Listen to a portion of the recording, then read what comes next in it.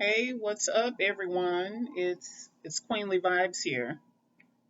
So, how are you guys doing? I pray that everyone had a blessed weekend. It's Friday, and thanks for stopping by my channel and vibing with me. You guys are vibing with me tonight, and I appreciate that. Thank you to all of my subscribers. Go ahead and like the video, share the video, and subscribe to my channel. Okay. So I'm coming on with this review for the movie. Let's see here, The Wrong High School Sweetheart. Okay, so there are a lot of these movies. Um, yeah, they have like the wrong cheerleader, the wrong Prince Charming, the wrong tutor, the wrong blind date. It's a lot of wrongs, you know. And Vivica Fox stars in all of these movies. So, yeah, my girl Vivica. So, shouts out to Vivica A. Fox. This is my thing. Don't tell her. Hang on. She's not, I love Vivica A. Fox. She's not one of my type of actresses. You know, um,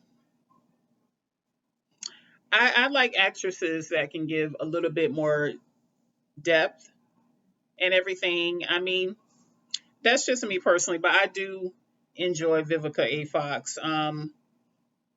I think I mentioned before in one of my other videos, like one of my favorite. I always like to give the pros and the cons. One of my favorite Vivica Fox movies is, oh my gosh, Why Do Fools Fall in Love? And like I said, there was one scene in the movie that I thought she did really really well. And I just love her in that movie. I thought she was really good. I know a lot of people might say, "Oh, she did set it off. She did this and that." It's just my opinion. But I'm also gonna say this about her and everything. She looks fabulous. She looks phenomenal. Like she is aging like a fine wine. She is aging like a woman should age. With her particular age and everything. She looks phenomenal in this movie tonight, and in all of these movies that I've seen so far with the wrong whatevers. She looks incredible.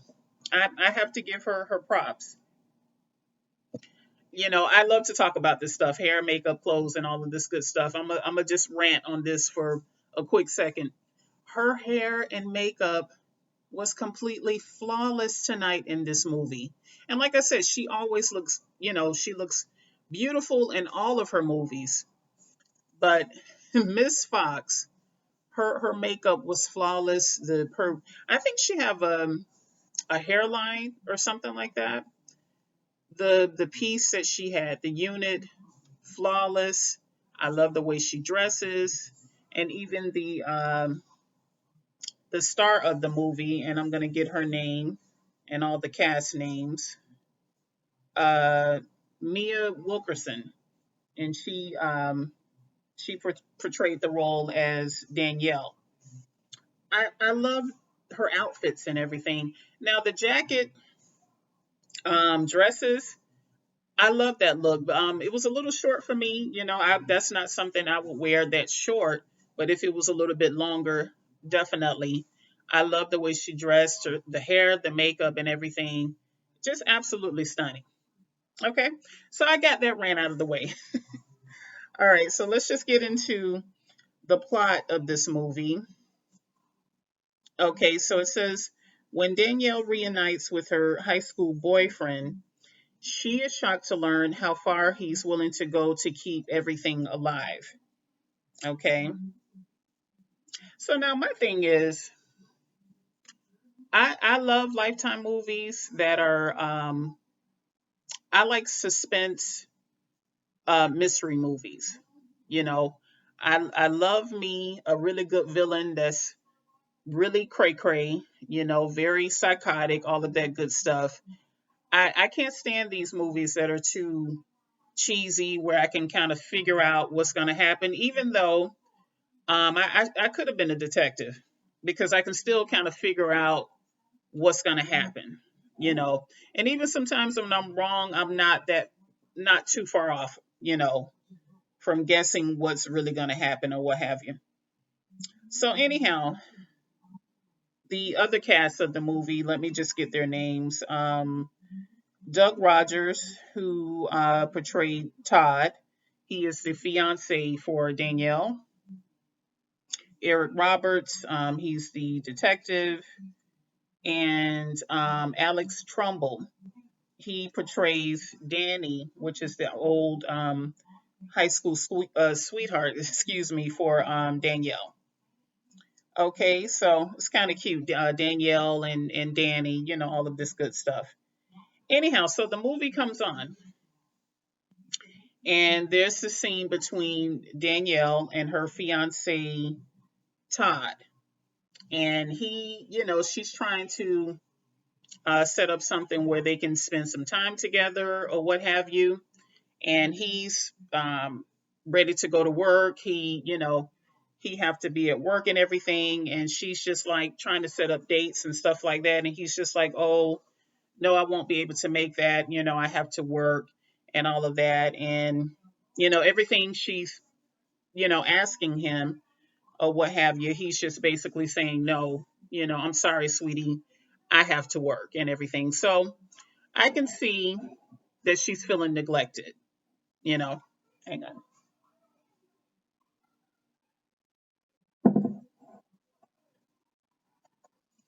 I can see that she's feeling neglected. So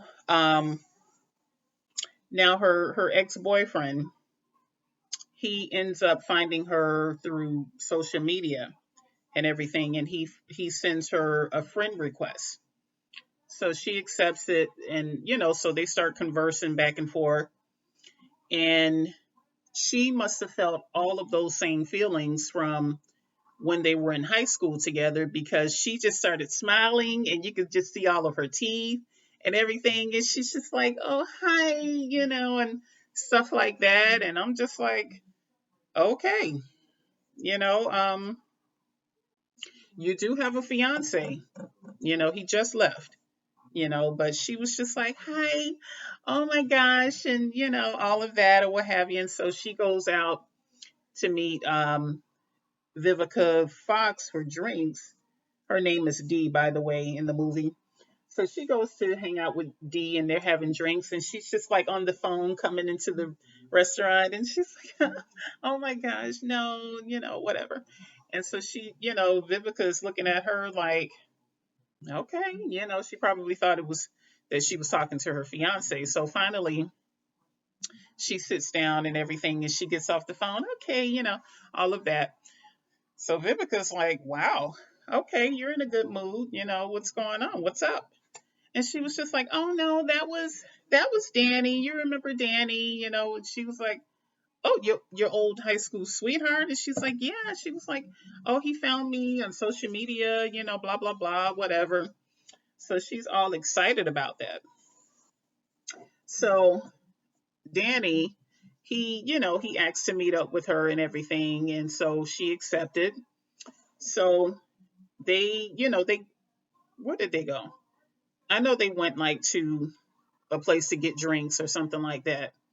So they can, they're hanging out, they're all chummy, he's happy to see her. He's still obviously attracted to her. I think she's attracted to him and everything. And then as they're just, chopping it up and everything, her fiance walks into the restaurant. And so I was a little bit thrown off by that because for a minute there, I thought he basically caught them or something like that, that she was keeping something from him and that he caught her there at the restaurant. But it turns out she invited him so that Danny can meet him and, what have you. So Danny was not happy about it, because he just wanted to hang out with her or what have you and rekindle. And, Danny basically, he have a certain mission in mind as far as what he's trying to do. He's not just hanging out with her just to chop it up or what have you. No, he have motives. He definitely have a motive to be back with her and everything. And he can care less that she have a fiance and all of that. So anyhow, so her fiance Todd, so he's like, oh, he's asking him questions and all of that. And, so they're going back and forth. And you can just see Danny's face that he just was not happy. Anyhow, Danielle, she gets up to go to the restroom. And there's this guy, outside of the restroom and everything. And I can just see right at that moment, I just said, okay, um, this looks a little janky to me. I definitely feel like Danny probably set this up. And I was right. Like I said, so the guy's trying to hit on her and all of that or what have you. And you know what, by the way, when looking at that guy, I just kind of feel like they should have had aesthetically the way that guy looked. He was very nice looking and everything. It kind of seemed like he should have played the starring role of Danny. you know, I don't know, maybe that's just me, but I kind of felt like he fit the role aesthetically to portray Danny. Danny, he was a handsome guy, what have you, but this guy by the restroom, he kind of looked like a Ken doll or something. He was a little bit more. He looked like a Ken doll. I'm just gonna leave it at that. So anyhow, so Danielle's fiance Todd, he goes and he approaches the guy and he's like, "Hey, what's going on?" Trying to protect his fiance and everything. But Daniel's Danielle, her fiance, he's not this type of he's not a brute. He's not the type of guy that's just gonna have a bar fight and any of that. He's more of a classy type of guy, white collar, classy guy, or what have you. So Danny, he gets up and he confronts the guy and, he slams him against the wall and, he really gets into his face. He's more aggressive and all of that, and everything. So uh, Danielle and Todd, they go back and, sit at the table. So Danny, he pulls the guy to the side and he pays him or what have you. And I said, okay, I knew he set that up, so he wanted to look macho in front of Danielle and, you know, be, like the hero in her eyes or what have you, I guess, so she can kind of just reminisce about the times when they were together, how he was, her protector or whatever.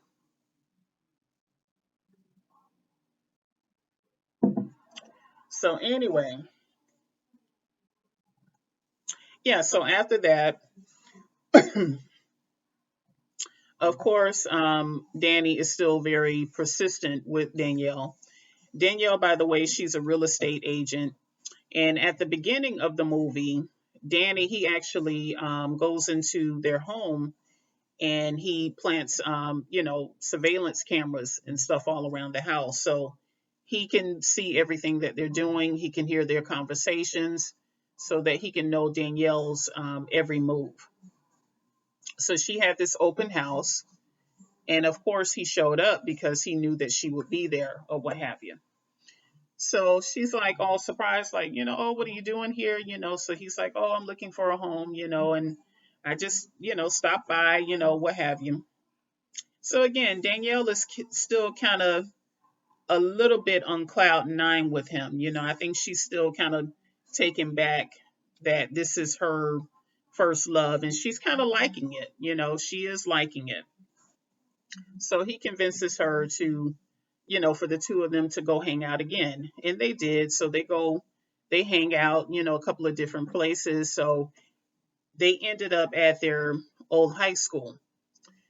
So there, she used to be a cheerleader. He was a football player, and apparently, some sort of big deal. He was very popular in high school and all of that. Come to find out, he was playing college football and all of that, or what have you. But this guy, he's really he's psychotic, and he's feeling like a failure. In other words, because I'm just going to kind of go over certain parts or what have you. He's feeling like a failure. Come to find out, he did the same exact thing as far as the stalking and trying to relive his past with his old college girlfriend. Danielle ended up finding this out or what have you, because he started to stalk Danielle. He killed her therapist because, excuse me, Danielle and Todd were working on their relationship and everything. He and Danielle, they did have a moment. They did kiss and all of that, and she did tell Todd about it or what have you. So they were working on their relationship. They had a therapist.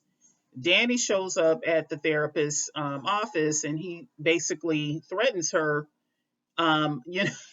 He's threatening Danielle's therapist not to counsel her and Todd or what have you, because he didn't want them, he wanted to break them up, in other words.